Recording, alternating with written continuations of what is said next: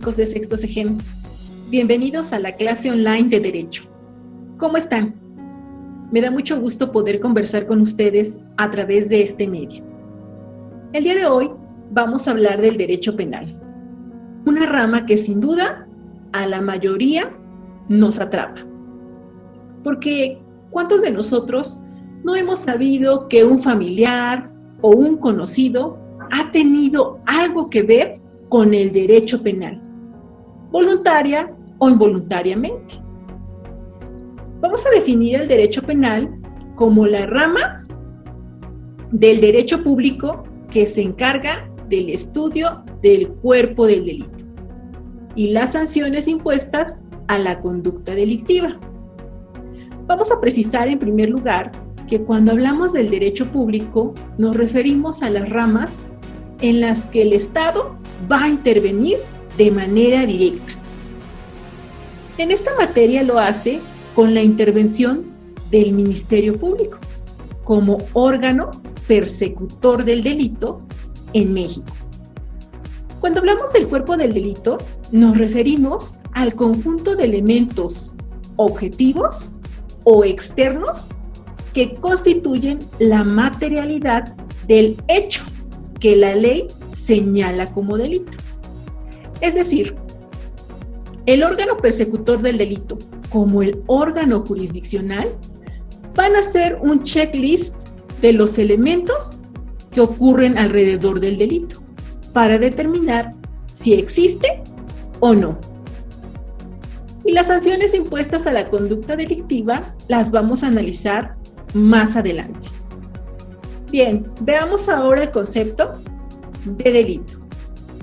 La palabra delito deriva de la raíz etimológica delinquere, que significa apartarse del buen camino.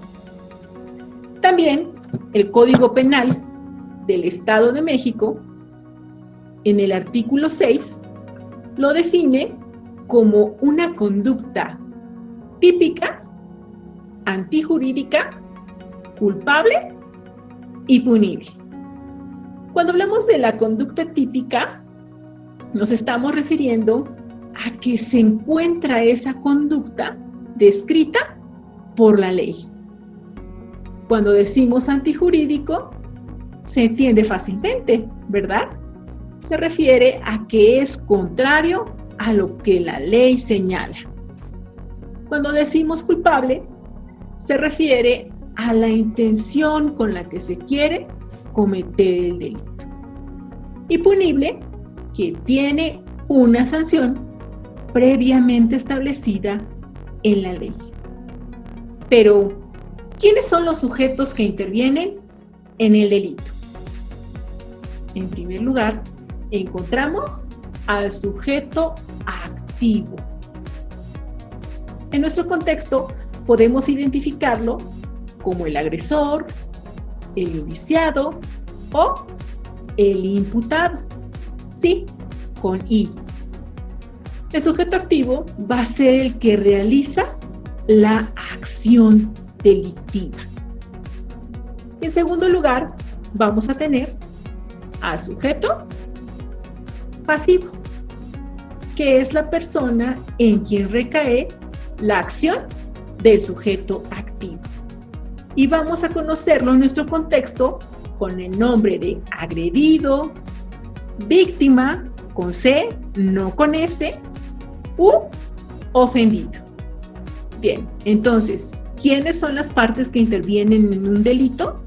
Son dos: el sujeto activo y el sujeto pasivo. Bien, hemos también mencionado el concepto de pena. ¿Qué es? Veamos su concepto.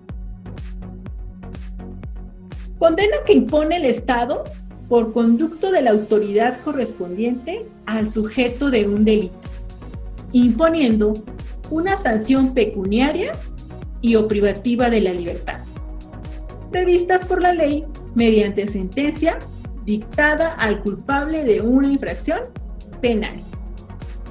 Nos detenemos nuevamente al hablar de la autoridad que impone la condena al sujeto activo del delito. ¿Quién dijimos que era el sujeto activo del delito? Bien, el imputado, indiciado o agresor. Pero piensen ahora, ¿quién será esa autoridad? ¿Será el Ministerio Público o el órgano jurisdiccional? Bien, es el órgano jurisdiccional, porque ya dijimos que el Ministerio Público persigue el delito, pero el órgano jurisdiccional lo sanciona. Y nos referimos en esta materia al juez de lo penal. Esta sanción puede ser pecuniaria, es decir, en dinero, y o privativa de la libertad. Como nosotros sabemos, pues cárcel o prisión, aunque también conocemos otro tipo de sanciones, como lo son el trabajo comunitario o tal vez una orden de restricción. Es decir, que no podamos acercarnos a una persona o lugar determinado. Y la parte final de nuestro concepto nos dice que estas sanciones deben estar previstas en la ley, es decir, en el Código Penal. Previamente, si no se encuentran en la legislación, no nos pueden sancionar.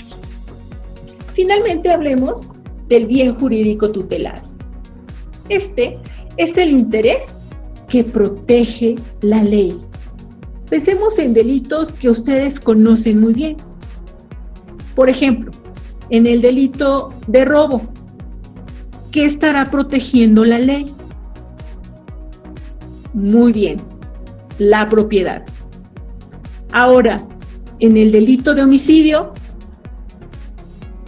muy bien, la vida. En el delito de secuestro, la libertad. Así es. Con esto terminamos la clase del día de hoy. Espero que podamos ya distinguir perfectamente al sujeto activo y al sujeto pasivo del delito. También el concepto del delito junto con sus elementos y el interés protegido por la ley. Me dio mucho gusto conversar con ustedes. Nos vemos la próxima. Adiós.